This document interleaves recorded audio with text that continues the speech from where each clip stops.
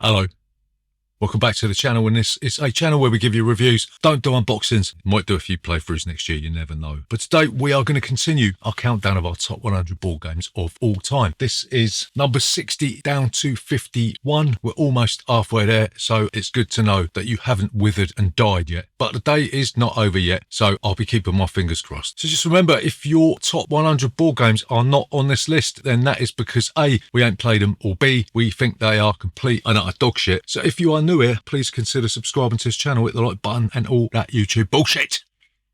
See you.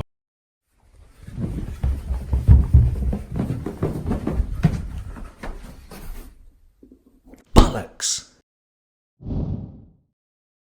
So number 60 on this list of our top 100 board games of all time for 2024 is a well-respected card game called Race for the Galaxy. In this game, everybody will be choosing a different action, and dependent on what actions are selected by all players will be able to choose those actions, even if they haven't selected them themselves yet. You might want to settle planets, you might want to exploit planets, you might want to turn yourself into a science fiction Somalian warlord, you might just want to be one of those bog standard traders who doesn't stick their beak into anybody else's business. Either way, Race for the Galaxy is a fantastic card game. It is a real pain in the arse to learn and teach because it's got a rather bamboozling icon system. But once you are over that hurdle, once you have ploughed hundreds of hours into this game trying to get over that hump, then Race for the Galaxy is a really rewarding game, made even better with a couple of the expansions, yeah? So yeah, this game has got a well-deserved accolade of one of the best games ever.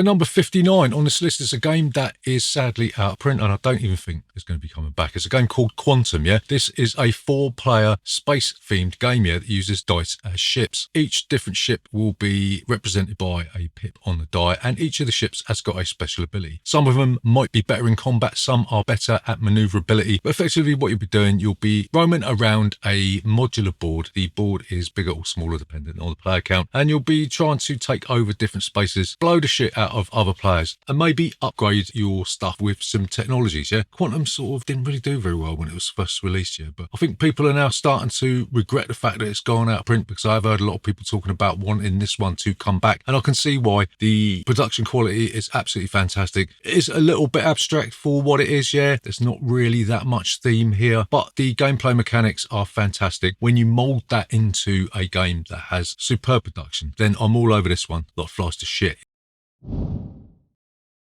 Number 58 on this list is a game by a board game designer with the most unfortunate name you could ever possibly imagine, Alexander Pfister. It's Great Western Trail, yeah? You are a cattle herder who is going to be going around I think it's the Midwest United States. Who gives a fuck anyway? It's the United States, right? You're going to be taking a predetermined route, stopping off, taking different actions depending on what tile you stop at, yeah? And you'll be hiring different busybodies to take care of your business, you know what I mean? You'll keep going round and round in circles, taking different actions, and more actions will appear each turn, so that will give you more opportunities to score points. There's also a railroad track at the top where you can ship your cattle off to markets, and it's basically a point scoring game, yeah? There was a really nice expansion for this called Rails to the North, I think it was, which added more complexity in terms of the railroad system and that. But yeah, Great Western Trail is a great example of how Alexander Pfister has taken the porno world, the board game world, by storm, and he's one of the most prominent designers of this decade. So number 57 on this list is a game that I only discovered recently. What year is it? I don't even know what year it is. It is fucking 2017. And it's a game called Santa Maria. This is effectively a dice placement sort of tile laying game, yeah? Your dice represent migrant workers, yeah? Building up a colony, yeah? Makes you wonder how this game actually still exists today, how there hasn't been organised board game burnings, judging on the way the hobby is going, you know? So yeah, you'll be using dice to activate different buildings on your player board, yeah? You'll be producing resources, you will be forming different shipping routes, sending out your conquistadors to annoy Jamie Stegmaier, and improve your religious power to recruit monks, yeah? I love Santa Maria. It's such a bare bones experience, yeah? It's got a massive amount of replayability because the buildings and the scoring opportunities vary wildly from game to game, yeah? So yeah, don't know, I just don't think this one's ever going to come back, yeah, unless it comes back as an anthropomorphic animal re-theme. But if you could find it, I think it goes real cheap, yeah, because obviously people don't want to be associated with this kind of shit anymore. So yeah, I'll pick this up on eBay for like next to nothing, yeah. But if you could find it, I would highly recommend you pick up Santa Maria and just, you know, don't get triggered by the theme, yeah. But if you do, you've always got the D&D X Factor symbol to save your bacon. Do apologise for that remark, vegetarians. So number 56 on this list, fuck me, here we go again. It's Puerto Rico. This is a game that was top of the nasty little website's top 100 for ages and ages and ages until all of you fucking newbies jumped on the bandwagon. In Puerto Rico, you will be trying to farm a colony. You'll be producing resources. You'll be trying to get, well, I suppose it's fucking slaves really, isn't it? From a ship to come and work in your plantation. But you will be paying them a living wage, right?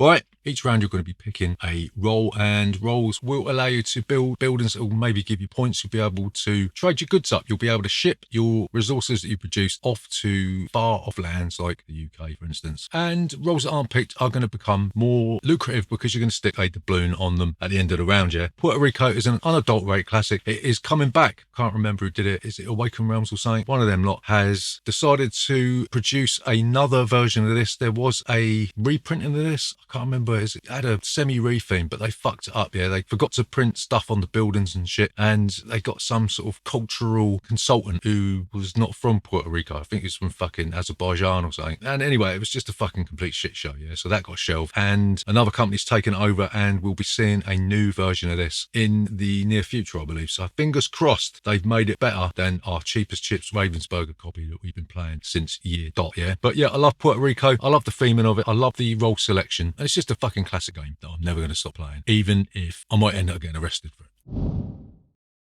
So number 55 is a kiddies game, basically, yeah. I love playing this with my kids. It's Paolo Mori. Yet again, it is Captain Flip. This game can be explained in literally 2 seconds. You're going to draw a tile from the bag, you'll look at it, and then you'll decide whether or not you want to place it on that side or you want to flip it over and place it on that side. You'll place the tile on your player board, and each tile will do a different thing, and you'll get bonuses dependent on where you place them, yeah. Captain Flip is such a simple premise, yeah. That simple mechanism where you're going to be looking at the tile, deciding whether or not you want to flip it based on maybe what you know, because once you've played the game a few times, you sort of can have a educated guess as to what's on the other side of the tile, yeah? Or at least my kids can. My short-term memory's shot to bits. But yeah, Captain Flip, a wonderfully simple, endlessly replayable, exciting tile laying game, yeah? Is something that you really should check out, yeah? Because it doesn't take that long to play, and it isn't going to mean the difference between heating and eating. Well, it might do in the UK. I don't know about wherever you lot are. Maybe you guys in the Antarctic might have a problem with that, eh? That's if you haven't turned into the fucking thing or something like that, you know what I mean?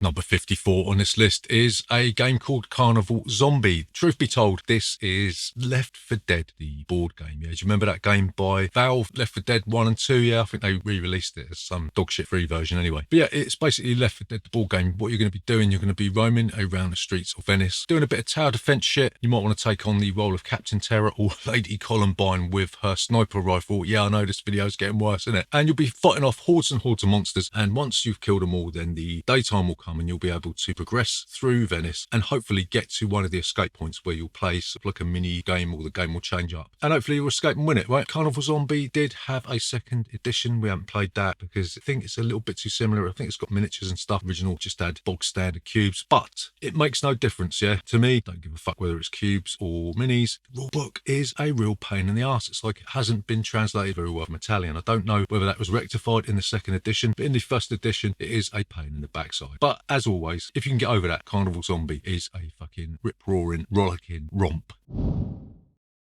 So number 53 on this list is a game which will have you shouting at each other at decibels that will make your grandmother go fucking deaf. It is Panic on Wall Street. In this game, half of you are going to be managers, half of you are going to be investors. The managers will be trying to sell a load of dog shit to the investors, and the investors will be trying to buy the dog shit as cheap as possible. This game is basically chaos in a box. It works best with a high player count. Don't want to be playing this with like 4 players. You want to be playing this with, I think it goes up to like 10 or 12 players or something like that, whatever. But yeah, I don't think this is ever going to be reprinted. I think the designer of the game and the publisher had a big falling out. I think they basically punched each other's lights out, and the designer said he's never going to release the rules of the game or something like that, and the publisher said they're never going to release their part of the contract or something, so it's never going to be reprinted. Yeah, but if you can find this at a cheap enough price, then I guarantee you Panic on Wall Street, it's just mental and insane. Yeah, your heart will be beating at a rate faster than a fucking tsetse fly on speed, right? Yeah, Panic on Wall Street, that is our number 53.